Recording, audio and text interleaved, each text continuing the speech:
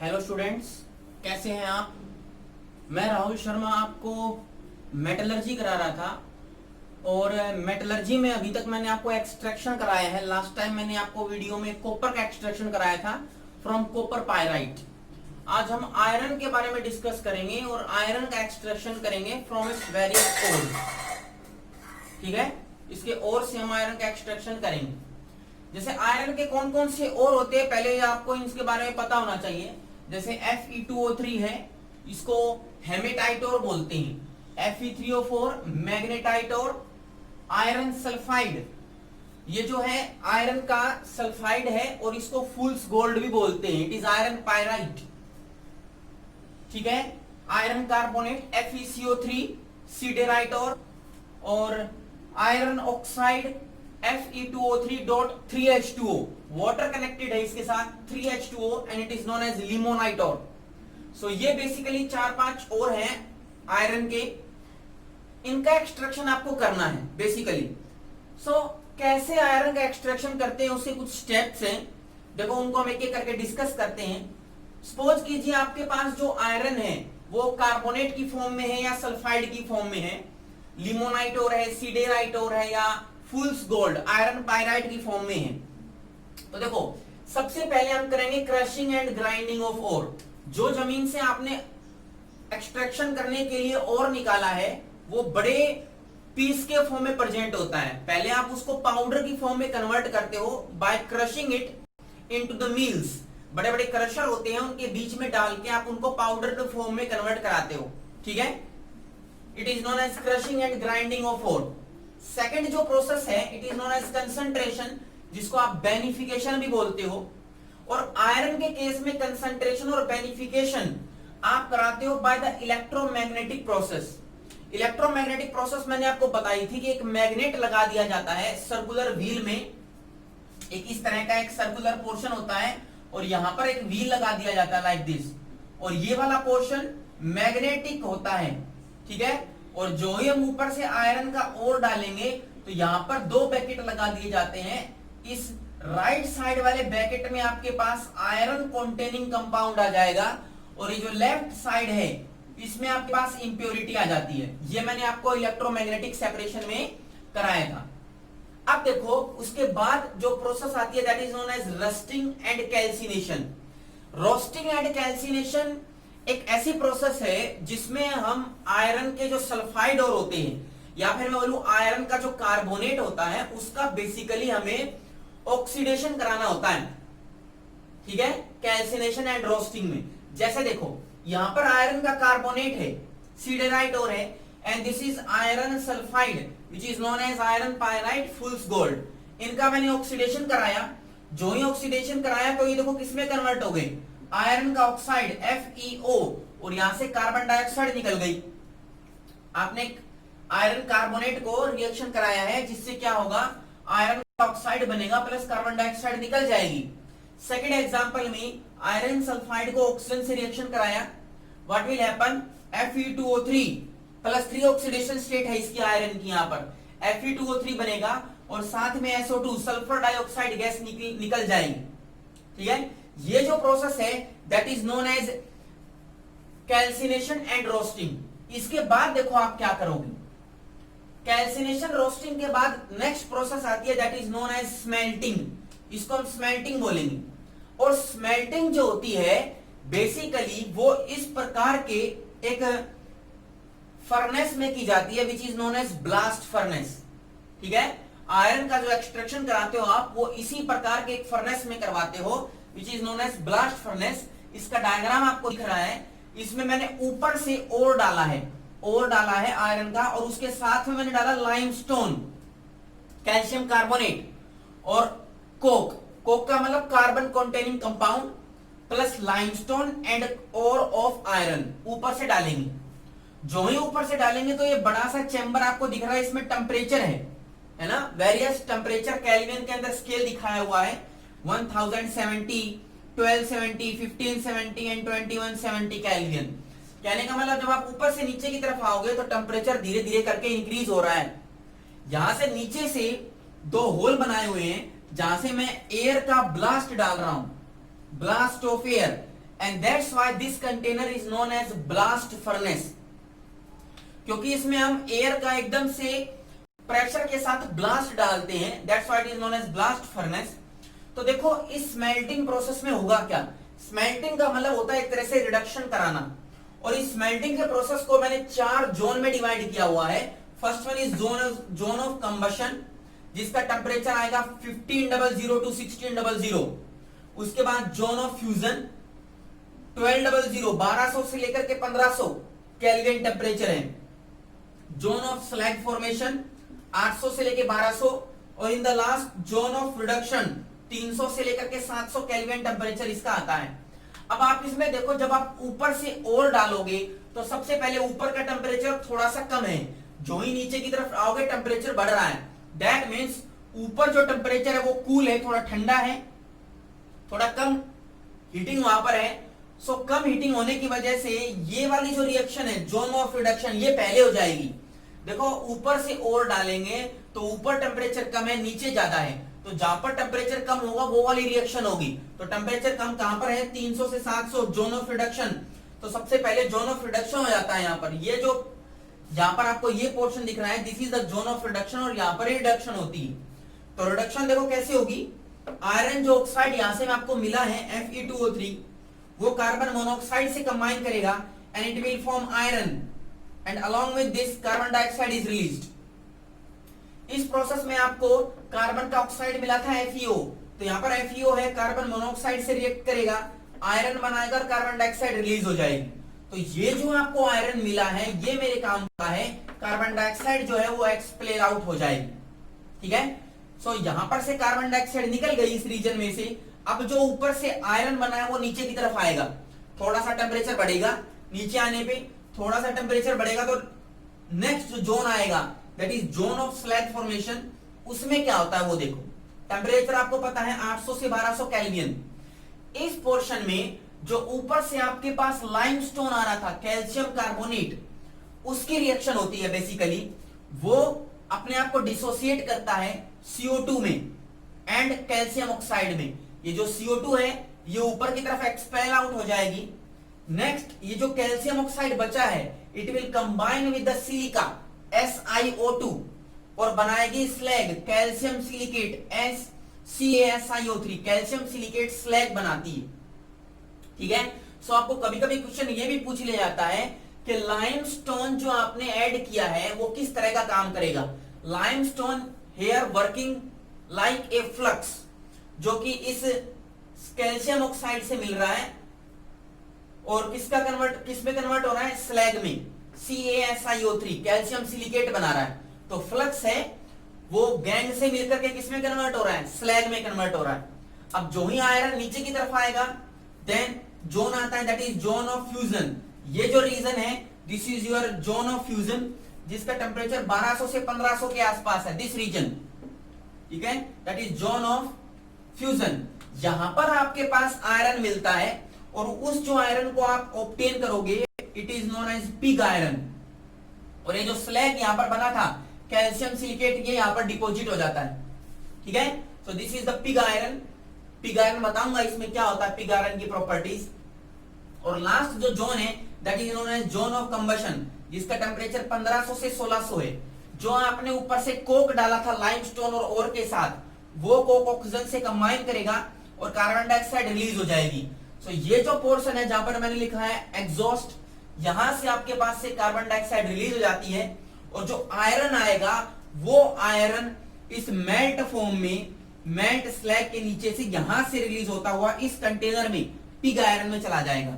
और जो भी वेस्ट है जैसे कैल्शियम सिलिकेट स्लैग है वेस्ट, वो यहां पर रह जाएगा ऊपर और बाद में इस सॉलिड स्टेट में आ जाएगा, सॉलिड वेस्ट वाले कंटेनर में।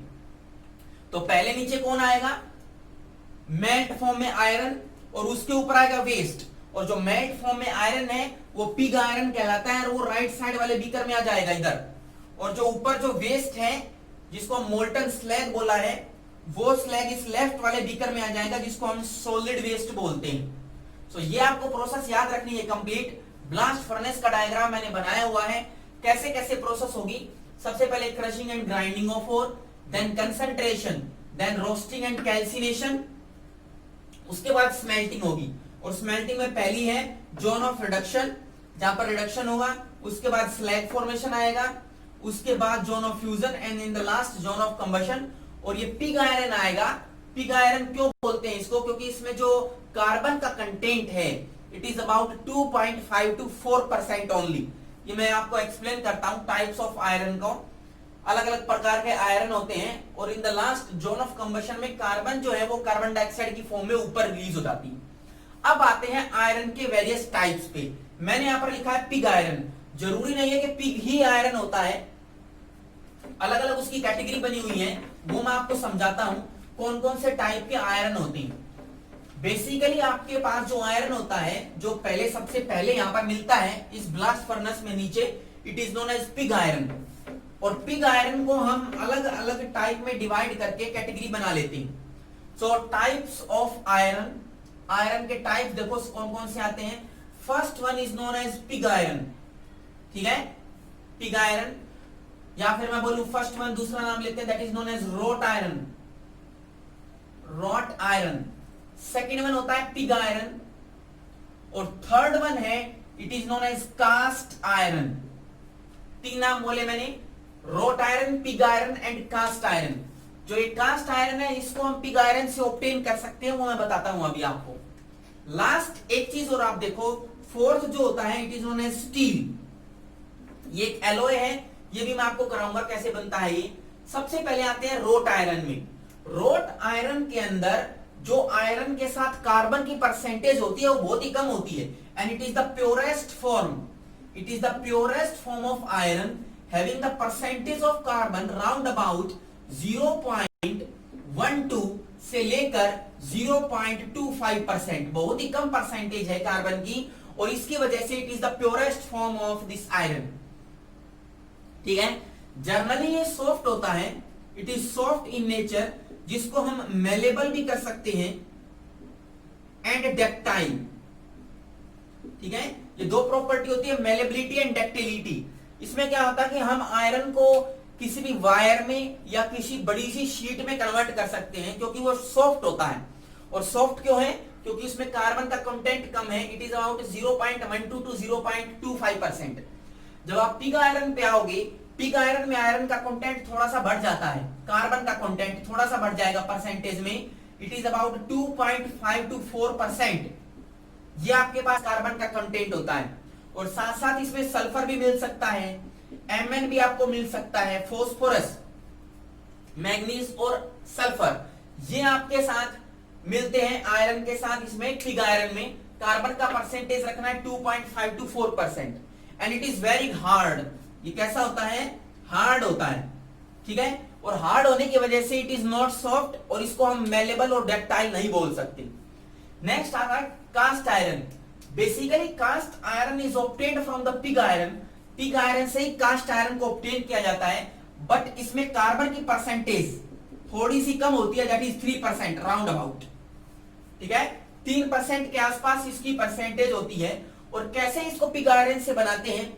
ये जो पिग आयरन है इसमें आप ऑक्सीजन का ब्लास्ट डालते हो, large amount of excess amount of oxygen डालते हो, और जिससे पिग आयरन किसमें कन्वर्ट हो जाता है? कास्ट आयरन में। तो आपको याद रखना है कि कास्ट आयरन कैसे बनाओगे? By addition of oxygen in the form of blast in the pig iron you can obtain cast iron having the percentage of carbon round about 3%. And last है स्टील। स्टील के अंदर iron तो होता ही है plus carbon, पर जो carbon की percentage है इट इज ओनली 1%, बहुत ही कम परसेंट होती है, 1%, और जिसकी वजह से ये सॉफ्ट होता है। हम इसको किसी भी शेप में माउल्ड कर सकते हैं, तो इसमें मेलेबिलिटी एंड डक्टिलिटी की प्रॉपर्टीज आप देख सकते हो। तो सिंपल से आपको 4 आयरन की फॉर्म को याद रखना है, pig iron, wrought iron, cast iron and the last steel. Purest form है रोट आयरन, जिसमें कार्बन का परसेंटेज कम है, 0.25 से कम है। पिग आयरन में 2.5 से 4% है, कास्ट आयरन में 3%, और स्टील में कितना है? 1%। तो ये आपको आयरन का सारा मैंने आपको एक्सट्रैक्शन कराया। अब हम स्टार्ट करते हैं एल्यूमिनियम का एक्सट्रैक्शन। और जो एल्यूमिनियम आपको मिलता है it is present in the bauxite ore, Al2O3, bauxite ore की फॉर्म में मिलता है, तो उसका हम एक्सट्रैक्शन स्टार्ट करते हैं। मैं इसको साफ करता हूं और फिर हम स्टार्ट करते हैं एल्यूमिनियम का एक्सट्रैक्शन। तो देखो एल्यूमिनियम का एक्सट्रैक्शन कैसे कराते हैं। एल्यूमिनियम बेसिकली आपको Al2O3 बॉक्साइट और जिसको आप बोलते हो उस फॉर्म में आपको मिलता है। सो इसको एक्सट्रैक्शन एल्यूमिनियम कराने के लिए एक प्रोसेस यूज की जाती है, that is known as Hall Heroult process. Scientist के नेम पे बेस है। इसमें क्या होता है कि एक कंटेनर है, आपको दिख रहा है यहां पर, इस कंटेनर के अंदर एल्यूमिनियम डाल देते हैं Al2O3 बॉक्साइट और जिसको आप बोलते हो, और उसके साथ आप ये केमिकल सब्सटेंस डालते हो, जैसे लिखा है मैंने क्रायोलाइट Na3AlF6 एंड CaF2 फ्लोरोस्पार बोलते हैं इसको।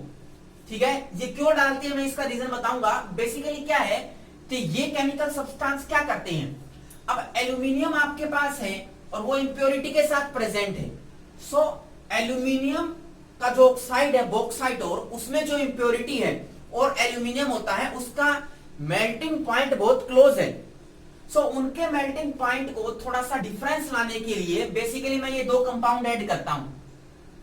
क्रायोलाइट क्या करता है, क्रायोलाइट एल्यूमिनियम के मेल्टिंग पॉइंट को लो डाउन कर देता है, एल्यूमिनियम के मेल्टिंग पॉइंट को इट विल डिक्रीज। ठीक है, और एल्यूमिनियम का जब मेल्टिंग पॉइंट कम हो जाएगा तो उससे क्या होगा, जो इंप्योरिटी है उसका मेल्टिंग पॉइंट हाई है, इंप्योरिटी जो है उसका मेल्टिंग पॉइंट हाई है, और जो ही मैंने क्रायोलाइट डाला तो एल्यूमिनियम का मेल्टिंग पॉइंट डिक्रीज हो गया। सो इससे दोनों के बीच में एक टेम्परेचर डिफरेंस क्रिएट हो गया, जिसकी वजह से मैं एल्यूमिनियम को इजीली सेपरेट आउट करा सकता हूं।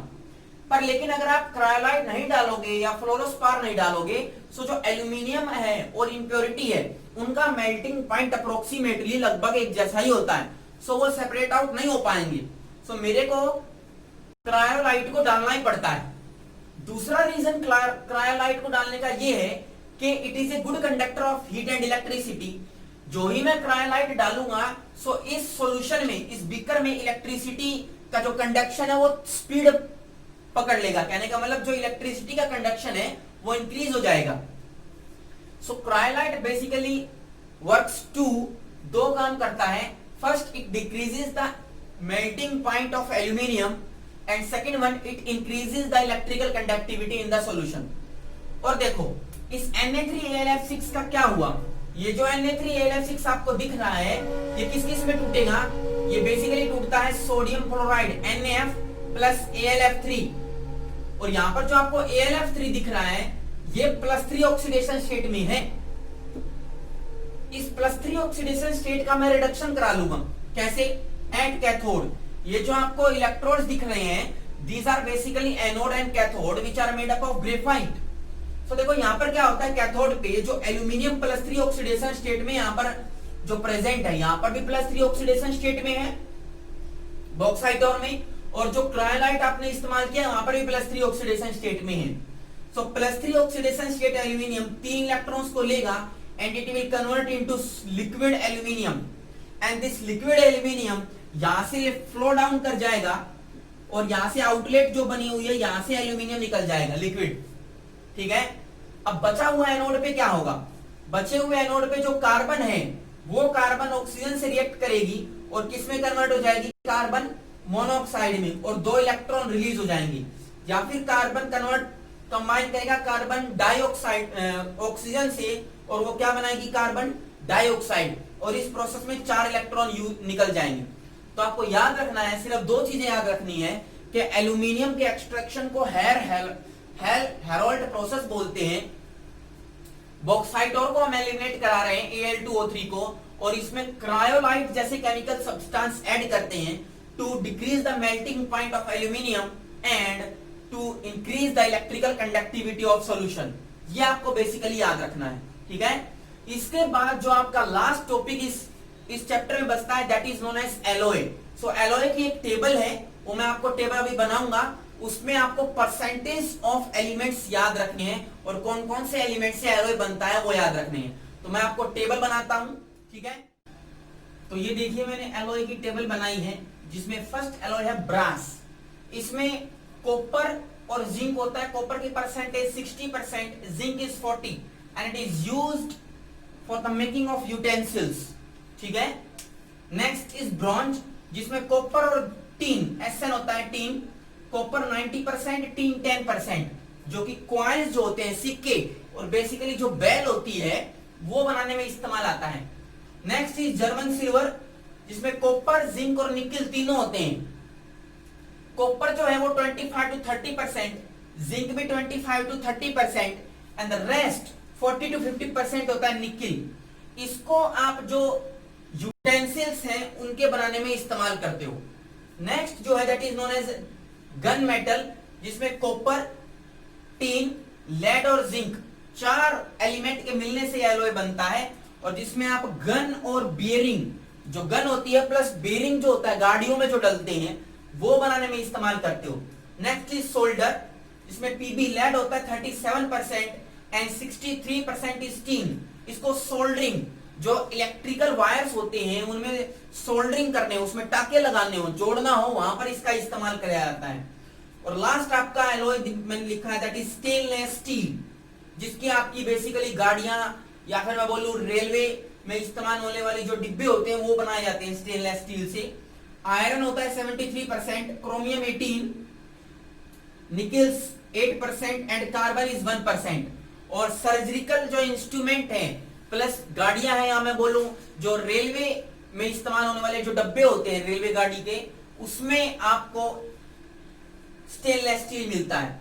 तो ये एलॉय की टेबल है। बुक से भी आप वेरियस एलॉय है उनको भी आप डिस्कस कर सकते हो, पढ़ सकते हो। ये मैंने 6-7 एलॉय लिखे हैं। सो ये आपका जो चैप्टर है कंप्लीट हो जाता है आज, that is known as extraction and metallurgy. Next time हम इससे better topic that is known as कोशिश करेंगे कि फिजिकल का चैप्टर लेके आएंगे। ठीक है, तब तक आप इसको स्टडी करो। Thank you.